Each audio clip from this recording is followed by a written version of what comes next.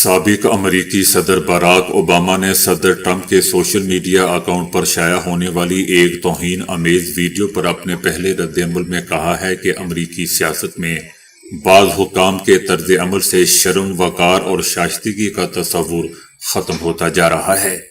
یہ ویڈیو جو مصنوعی ذہانت کی مدد سے تیار کی گئی تھی، اس کی بیوی اور باراک اوباما کو توہین آمیز انداز میں بندر کی صورت میں دکھایا گیا تھا، جس کے بعد دونوں بڑی سیاسی جماعتوں کی جانب سے شدید رد عمل بھی سامنے آیا تھا۔ ابتدا میں وائٹ ہاؤس نے موقف اختیار کیا تھا کہ یہ ویڈیو محض ایک انٹرٹینمنٹ کا حصہ تھا، تاہم بعد میں یہ ایک ملازم کی غلطی قرار دے دیا گیا۔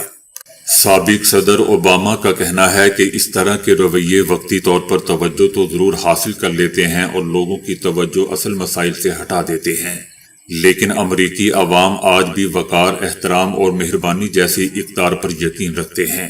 افسوس کہ عہدے کے احترام اور شائستگی کا احساس اب باقی نہیں رہا۔ اوباما کا مزید کہنا تھا کہ ان اعمال پر شرم محسوس کرنے کا جذبہ ختم ہو چکا ہے۔ اپنے امریکہ بھر کے دوروں کے دوران وہ ایسے افراد سے ملتے ہیں جو اب بھی انسانی اقدار کے پابند ہیں۔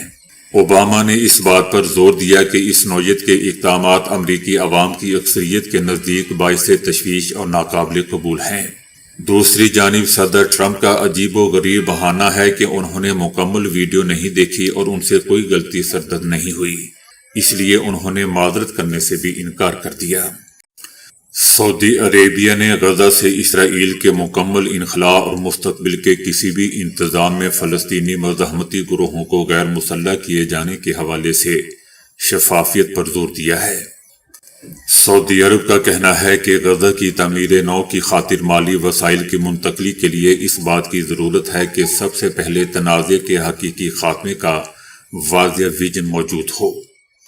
سعودی عرب نے اعلان کیا ہے کہ سعودی عربیہ امریکی صدر ٹرمپ کی سربراہی میں بننے والی غزہ امن کونسل کی حمایت کرتا ہے۔ سعودی عربیہ کا یہ بھی کہنا ہے کہ غزہ کی پٹی سے اسرائیل کے انخلاء کے وقت حماس کی تخفیف، اسلحہ کی تاریخ اور جنگ کے مکمل خاتمے سے متعلق منصوبوں کی شقوں پر عمل درآمد کے حوالے سے مکمل شفافیت ہو۔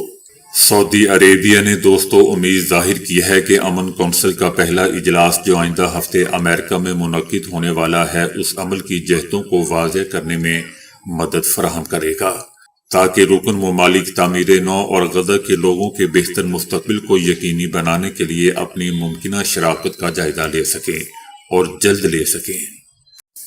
امریکہ نے یوکرین جنگ کے خاتمے کے لیے امریکہ کی جانب سے ہر ممکن اقدام کی آمادگی کا اعلان کیا ہے۔ امریکہ کا کہنا ہے کہ امریکی حکومت یوکرین میں فوجی تنازع کے حل میں اپنا کردار ادا کرنے کے لیے ہر ممکن اقدام کرنے کو تیار ہے۔ امریکہ کا کہنا ہے کہ تمام مشکلات کے باوجود امریکہ یوکرین بحران کے پرامن حل کی تلاش جاری رکھے ہوئے ہے۔ مارکو روبیو کا کہنا تھا کہ یہ سوال اب بھی اپنی جگہ موجود ہے کہ آیا یوکرین ایسی شرائط قبول کرے گا جو روس کے لیے قابل قبول ہو یا نہیں، تاہم امریکہ اس سوال کا جواب تلاش کرنے کی کوششیں جاری رکھے گا۔ مارکو روبیو کا کہنا تھا کہ امریکہ یوکرین بحران کے حل کے عمل سے کسی صورت باہر نہیں نکلے گا۔ ان کا کہنا تھا کہ امریکہ واحد ملک ہے جو دونوں فریقوں کو مذاکرات کے ذریعے جنگ کے خاتمے کے امکان پر بات چیت کے لیے ایک میز پہ لانے میں کامیاب رہا، اور یہ ایک ایسی ذمہ داری ہے جس سے امریکہ دستبردار نہیں ہوگا۔ ان کا کہنا تھا کہ کئی سالوں بعد پہلی بار کم از کم تکنیکی سطح پر دونوں فریقوں کے فوجی حکام نے گزشتہ ہفتے ملاقاتیں کی اور نئی ملاقاتیں بھی ہوں گی۔ ان کا کہنا تھا کہ اگرچہ یوکرین سے متعلق باقی ماندہ اختلافی نکات کی فہرست مختصر ہو رہی ہے، لیکن ان میں سے بیشتر اب بھی پیچیدہ ہیں اور مزید محنت کے متقاضی ہیں۔ یمن کی صورتحال اور اسرائیل کے ساتھ تعلقات کی نوعیت نے سعودی عربیہ اور متحدہ عرب امارات کے درمیان کشیدگی میں مزید اضافہ کر دیا ہے۔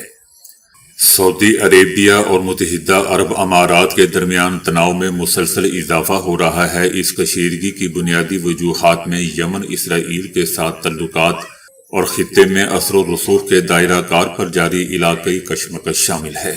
بتایا جا رہا ہے کہ سعودی عربیہ اور متحدہ عرب امارات کے درمیان بڑھتی ہوئی کشیدگی مشرق وسطی میں امریکہ کے منصوبوں کے لیے ایک سنجیدہ چیلنج بن چکی ہے، کیونکہ باہمی ہم آہنگی کی بجائے یہ اختلافات علاقائی تقسیم اور عدم و استحکام کو جنم دے رہے ہیں۔